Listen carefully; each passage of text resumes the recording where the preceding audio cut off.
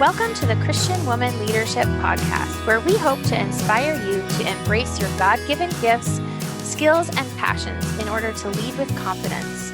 We want you to remember that you are fearfully and wonderfully made in the image of God, and you are fully loved by Him. You have been designed on purpose by God with unique gifts and passions in order to love and lead those around you. I'm your host, Esther Littlefield. And I'm Esther's co-host, Holly Kane. Together, we chat about important issues that Christian women leaders face. In addition, we interview other women just like you who lead in various roles, from church to community to business. Through this podcast, we offer you encouragement, tools, and resources to help you on your leadership journey. We are so glad you're here with us. Hey friend, it's Esther, and I am back with you today to talk to you about goal setting. So we are in our Purposeful Goal Setting mini-series that Holly and I are doing all week long. So hopefully you have been listening along. If not, you can just pause this episode and go back and check out step 1, where we talk to you about reflection and the importance of reflection before goal setting. And then in step 2, Holly shared with you about the importance of dreaming and casting a vision before you get into what we're going to talk about today. So I'm really happy that you're here with me and that we have finally gotten to this step of setting goals. So I'm just going to walk you through a few thoughts around goal setting today. And before we do that, I want to just make sure I set the stage for what I want to share. When we get ready to set our goals, we want to take and think about that bigger vision and then figuring out how we're actually going to accomplish the vision. So again, in the last episode, Holly walked you through creating a vision or a dream of what you would like your year to look like. And so with this, we're taking that vision, which is usually a bit more aspirational and higher level, and we're saying, okay, how is this going to happen? How is this going to become a reality? And so, of course, we need to actually set some practical and tangible goals that we can work towards. So I love this step. I'm not always great at the dreaming step, but one thought that I wanted to share with you about something that helps me with the dreaming part of this process is asking myself, how do I want to feel at the end of this year? Or if you're doing this for a season, for a stage in your life, whatever it might be, how do I want to feel at the end of this chunk of time? What would it feel like to be successful, or what would feel good to me by the end of this year to have done, accomplished, become, done differently, whatever it might be? Okay. And so sometimes when I think about it that way, it helps me to not get overwhelmed with the dreaming. Okay. Let's go ahead and talk about some principles of goal setting. So the first principle I want to share is know your why. If you don't know why you're setting a particular goal, it's going to be very easy to throw in the towel when things get difficult around that goal. So for every goal you set, I think you need to have a clear why, a clear, reason that you are working towards that goal. The second principle is that your goals should line up with your reality. Be honest about how much time, energy, and effort you can invest in your goals. And this very much relates to the season or stage of life that you are in. So for me, in the past year, I really had to scale back what my goals were because of our family going through a major transition. And so because of that, I knew I did not have the time or energy to really invest in a whole lot of new things. I had to focus just on the very bare minimum of supporting my family and just surviving the season we were in. Okay, if you hear my voice sounding a little bit scratchy or a little bit rough, it is because I am still recovering from the cold that I mentioned back in the reflection episode. So I wanted to just mention that. I apologize if it doesn't sound the best. Okay, the third principle is to prioritize your goals. So it can be easy, especially for someone like me, to make a whole lot of goals and just to kind of be shooting for all of them all at the same time. But sometimes it's important to go back and look at that vision that you created for your year, look at your values that you have for your life, look at the reality, like I said in the previous principle, like the reality of what your year has already in it, and then prioritize what is really the most important things that I want to do this year. Okay, so those are some principles. I want to mention a couple other thoughts around goal setting.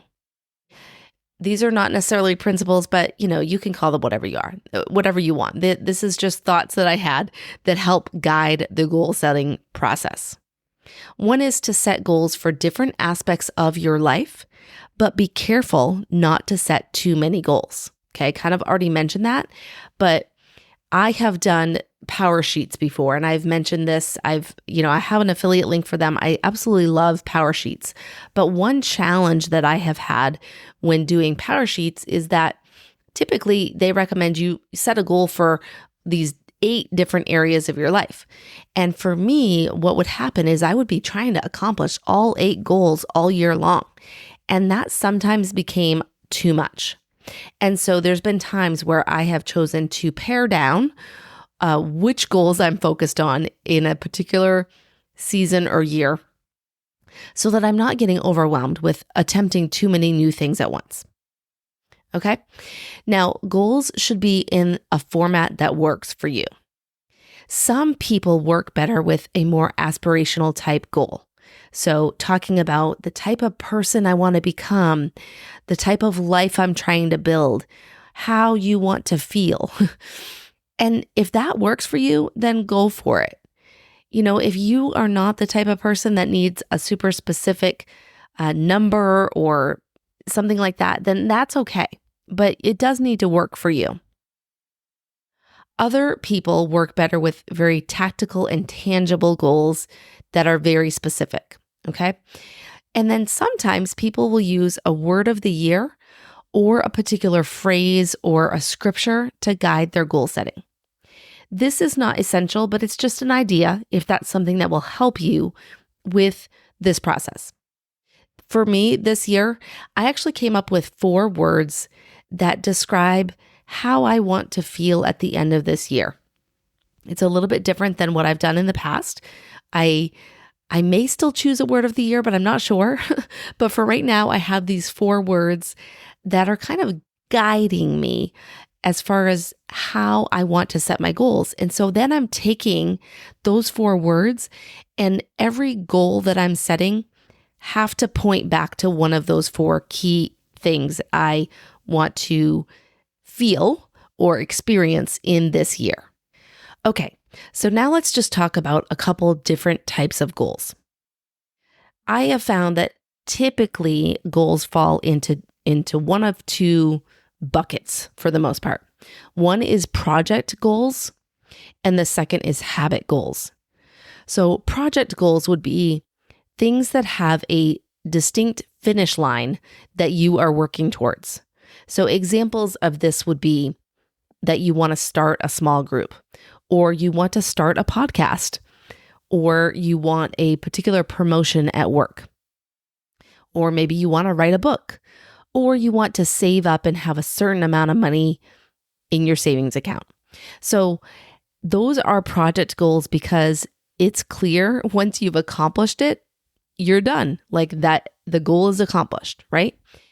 Habit goals are more about, again, aligning with that idea of the type of person you want to become, which if you've read Atomic Habits by James Clear, he talks a lot about that. And Holly and I have talked about that on the podcast in the past. But habit goals are going to be things that are just things that you want to do consistently over time. So examples of this would be, if you want to consistently have a quiet time with God every day. If you want to maybe have a rest day every Sabbath, every Sunday, you want to take a day for rest. Maybe you want to exercise a certain amount or lose a certain amount of weight. Or if you're working towards that book goal, maybe a habit goal is writing a certain number of words every week or every day. So you can see the difference between these two types of goals. For me, this year, most of my goals are habit goals because I'm choosing not to put a lot of projects that I'm needing to accomplish in this year. That's just how I'm choosing to do it. If you have a business, your goals are also going to look a little bit different. I didn't really mention that in the beginning, but if you're a business owner, you might have a bunch of project goals, or you might have, goals for your business and then goals for your personal life. That's usually how I have done it in the past. Okay, now I want to mention one more framework for goal setting that my friend Christa Hutchins shared with us back in episode 181. She shared that she has created this peace goals framework. And so real quickly, I'm going to recap the peace goal framework, but I encourage you, if you want to hear more about it, it's episode 181, and I'll put the link in the show notes. So peace goals are goals that are purposeful. They should align with your deepest purpose. The second thing is essential. Your goals should be the things that are most essential for you in your life. They should be adjustable. We want our goals to be adjustable, so we have kind of a range that we're shooting for. So maybe it's you might have a time frame that's a range, or you might have a number that you're shooting for that's a range. Again, you'll get more out of it if you listen to the full episode. The C is current. So our goals need to be purposed on what we can do today to make impact long term. So again, thinking about where you are at your stage of life, what your capacity is, that's how your goals should be current. And then enjoyable. You want to have fun and find joy in your goals. I absolutely love that part of her peace goals framework. So again, I encourage you to check that out. It's a little bit different than the SMART goals, framework that a lot of people are familiar with. And I definitely love the grace that is included in that approach. Okay, so now what? What do you do now?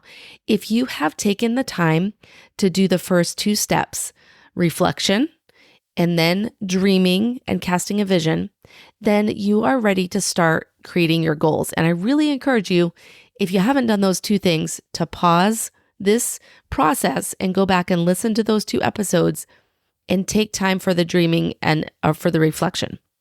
It's really going to help you be prepared to set goals that are going to align with where you want to go in the future. Okay. Once you've done that, set some time to sit down with your vision, with your dream for your year, and start jotting down what your potential goals should be or could be.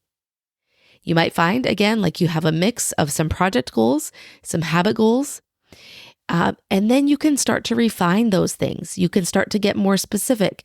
You can start to figure out what are the things that, again, are really most important to me this year. And most of us, I think, tend to over commit to the number of goals we can do. And so another way of doing this is creating that big picture vision for your year, and then maybe just setting goals for the next 90 days. That's another way of doing it, where you're just looking at a 3-month window and you're not trying to set these humongous goals for the full year. So again, find what works for you. These are our tips. These are some thoughts that we've got for you. I'm going to give you some tools and resources for goal setting, of course. So we have several episodes that I will link up in the show notes. Episode 28, episode 30, and episode 181 of the podcast have all talked about goal setting. Of course, I recommend Power Sheets because it is a great resource to help you walk through creating your goals. And then also just a pad of paper and a pen, basics. You can do this in very simple terms. You do not need fancy tools. You can use pretty stickers and fancy tools if you want, but you can also just use pen and paper and keep it simple. So thank you so much for being with me today. Tomorrow, Holly is going to talk to you about setting an action plan. actually looking at, now that you've got these goals on paper, how are you going to truly make them happen? So be sure you're subscribed to the podcast and come back and listen to our next episode. Thanks for joining us on the Christian Women Leadership Podcast. Do you want to become a more confident leader? Then make sure to grab the Confident Leader Manifesto. This is a resource that Holly and I developed just for you, and I share all about it in episode 6, Leading with Confidence. You can get the manifesto for yourself at estherlittlefield.com/confident. And that's confident with a T. Now, don't forget, your leadership matters, and it's time for you to embrace your gifts and lead with confidence.